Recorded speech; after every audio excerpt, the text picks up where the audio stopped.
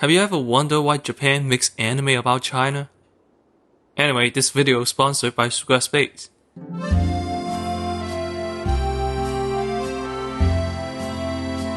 In case you don't know, The Apothecary Diaries is a Japanese anime set in a fictional world, heavily inspired by dynastic China.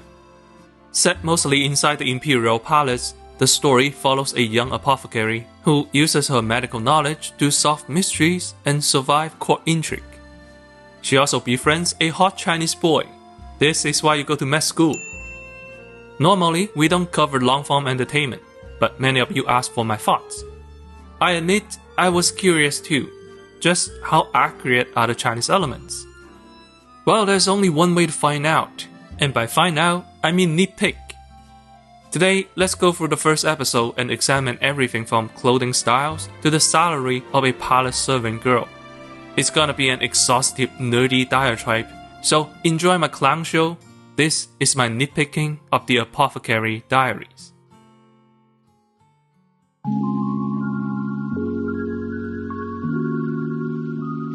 Mao Mao, literally kitten in Chinese, is an apothecary who works in the city's Red Lake district.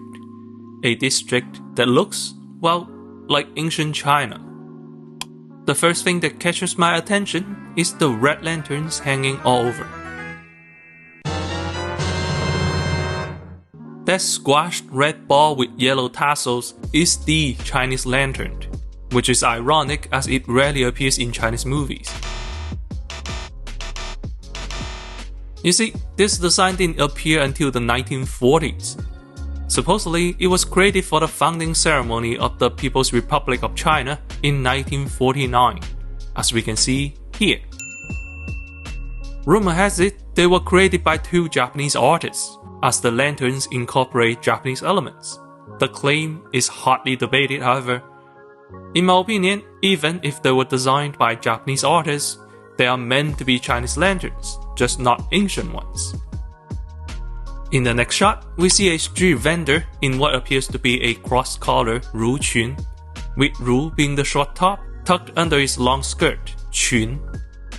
This style of dress is common throughout dynastic China, reaching its peak popularity during the Song dynasty. Eventually, Aoqun, which has the top worn over the skirt, became more popular during the Ming dynasty, and then the Qing dynasty decided China should just look silly for the next few hundred years. By the way, I have no idea what she's selling. Next, Mao Mao arrives at a brothel named Verdigris. It's here we should establish some rules. For this video, we'll ignore details that are cost-saving measures. For example, Verdigris House has these weird roof ornaments. In real life, those would be statues of sacred beasts, like this fish thingy. Japanese architecture has the exact same feature, so the animators likely knew what they were. But drawing it like this shaves off 5 hours of work, so understandable really. Inside the brothel, we see a customer making his payment with silver ingots. China adopted the silver standard in the Ming dynasty, with each small ingot standardized to 50 silver, about 1,845 grams. So the man is paying with almost 28 kilograms of them, which is about 35,000 US dollars in today's market. This will be on the test later. Oh, and by the way, the fabrics on the men's heads are called zichuo and are there to prevent the hair from coming undone. The practice is ancient, beginning in the Zhou dynasty and lasted all the way to the end of Ming, and then the Qing dynasty decided China should just look silly for the next few hundred years. Chinese period dramas today don't depict zichuo often, because it's not very fashionable to modernize. But they were common in movies from the 1960s. Still in the brothel, we see a courtesan playing a guqin to entertain her guest, the same instrument from the movie Hero. Courtesans in dynastic China were performance artists, and that was not an innuendo. Many courtesans were, in fact, renowned musicians, painters, dancers, chess players, and actors. Ming Dynasty courtesan Chen Yuanyuan was said to be a legendary singer. As for this woman, either she has no idea what she's doing or she's flexing hard, because she's playing the thing backwards. Bridge to the right. And that is the world of Apothecary Diaries, a fictional mishmash of Chinese elements. To be honest, most of the depictions aren't bad. They are detached from the historical context, but the details are drawn accurately. If we look away from the cleavage for a second, we can see that both the daybed and the lantern are authentic Chinese designs. I make fun of it now, but as we'll see, this anime can get insanely accurate.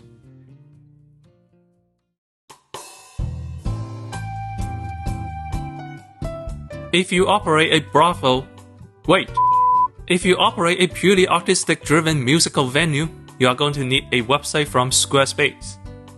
Let me know if you do this, but when I find a shop on Google Maps, the first thing I check is if they have a website. If they have a well-made website, well, I'll be more willing to trust the business. Making a professional website is easy though.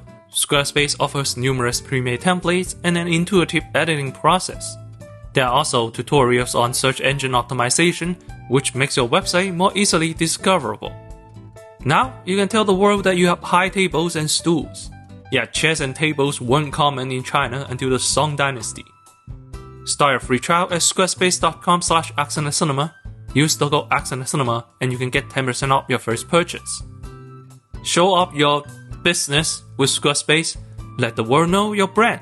Visit squarespace.com/accencinema today.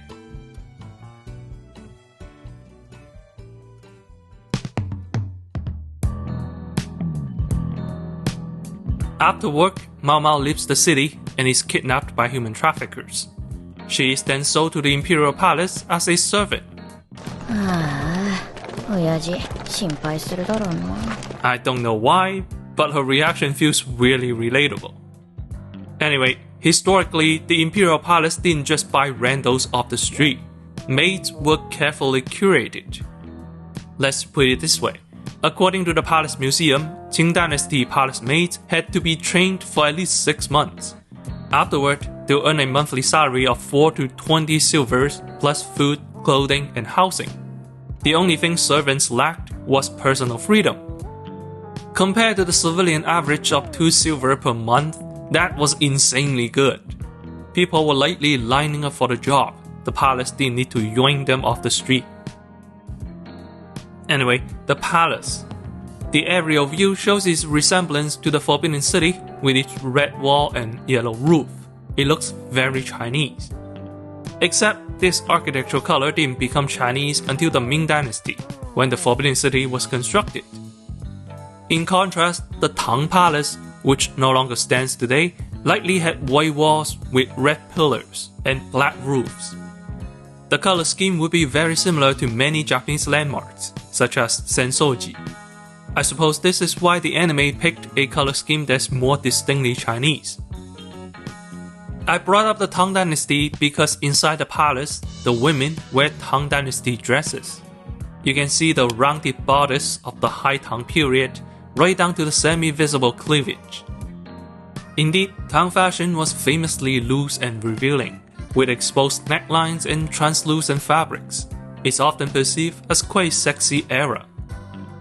Among the servants, we also see a Qixiong Ruqun, a high-waist skirt more common in early Tang.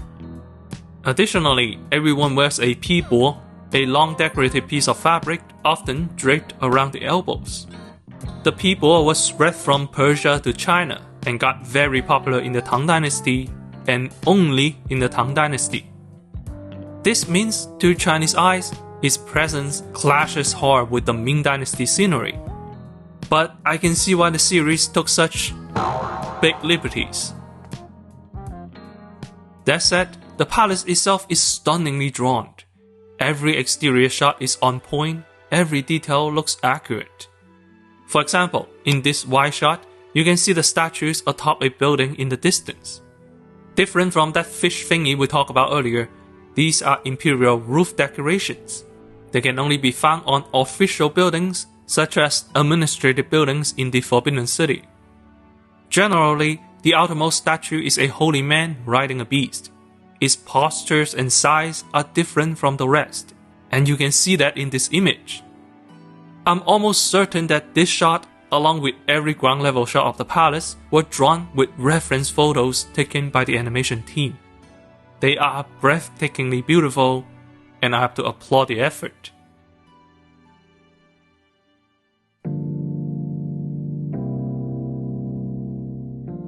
Inside the palace, Mao Mao hears rumors of the emperor's babies dying as if his bloodline is cursed. Curious, Mao Mao begins investigating, and in the process, she meets Jin Shi, a pretty boy eunuch. Okay, this is a minor spoiler that will surprise no one, but our love interest only pretends to be a eunuch. This needs some explanation. In the anime, the palace is divided into two areas. There is the outer court, where state business is conducted, and there is the rear palace, where the emperor and his wives reside. The rear palace is a real term in Chinese, 后宫, often translated as the imperial harem. Aside from the emperor, only palace maids and eunuchs can enter somewhat freely, no dongs allowed. As an administrator of the rear palace, Jin Shi has to pose as a eunuch, and here's where the show sneaks in a clever bit of historical logic. In most Chinese dynasties, adult men did not shave nor cut their hair. In Confucius' beliefs, every bit of our body is a gift from our parents and shouldn't be altered. And then the Qing dynasty decided China should just look silly for the next few hundred years. However, most dramas simply ignore the no-shaving rule in favor of prettier-looking male leads.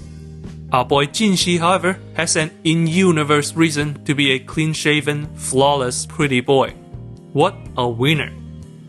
Oh right, eunuchs usually can't grow facial hair. No family jewels, no testosterone, no beard. That's a bit weirdo, since the court physician Guan clearly has facial hair. And he's supposed to be a eunuch. What's up with that? Well, either he's an exception because he was castrated late in life, or I have a theory. You see, historically, there was another group of men who could enter the rear palace frequently. The imperial doctors, who were not eunuchs. Good doctors were rare. Good doctors who were willing to chop out the pee-pee were basically non-existent. Exceptions had to be made. With thousands of women in the rear palace, doctors were summoned fairly frequently. This became a trope in Chinese palace dramas, where doctors are recurring supporting characters. And in those shows, doctors sometimes have facial hair. My guess is that the anime team saw this, but simply assumed they were eunuchs and ended up drawing Guan like this. I suppose I should also explain palace dramas. In China, palace drama is a hugely popular TV genre. The genre often follows court women navigating the cutthroat politics of the harem, plotting, scheming, and backstabbing their way to power. There's just something about seeing women being cunning in a male-dominated society. For over a decade, shows like Beauty's Rival in Palace, Empresses in the Palace, Rui's Royal Love in the Palace, and Story of Yanxi Palace have all been considered the gold standard of Chinese costume drama.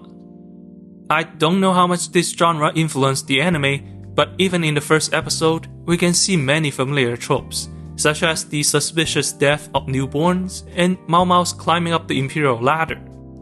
To a Chinese audience, this anime probably looks like a diet version of what they knew. In the end, Mao Mao cracks the case. As it turns out, the makeup powders used by the concubines were poisonous and were killing the babies. The anime didn't explain what it is, but it's not hard to guess. Most people know lead-based makeup powders were widely used in 16th century Europe. China also had a similar history. Makeup in the Tang Dynasty comes in two categories: red makeup, which uses rouge, and white makeup, which uses, well, lead powders. Lead powders are brilliantly white and cling to our skin super well. It was the only option for the highest beauty standard. As Mao Mao points out, courtesans in the brothel also use these powders to please men. That's why she solved the mystery so easily. A small but poignant detail is that beside the palace, the brothel is the only other place we see women in Tang Dynasty dresses. Linking the rear palace and the brothel like this creates a thought-provoking message.